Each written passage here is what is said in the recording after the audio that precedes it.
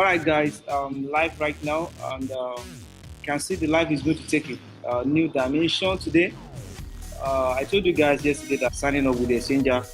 Before you can start using this, you need to submit some information. This information are similar with every other merchant, right?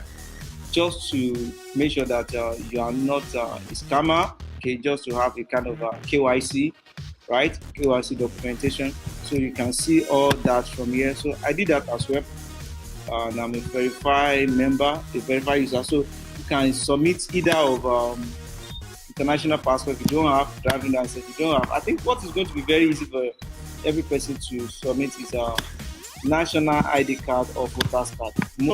But something similar with most of these online payment merchants. This is Perfect Money interface right now that you are seeing. This is Perfect Money. So they have a similar thing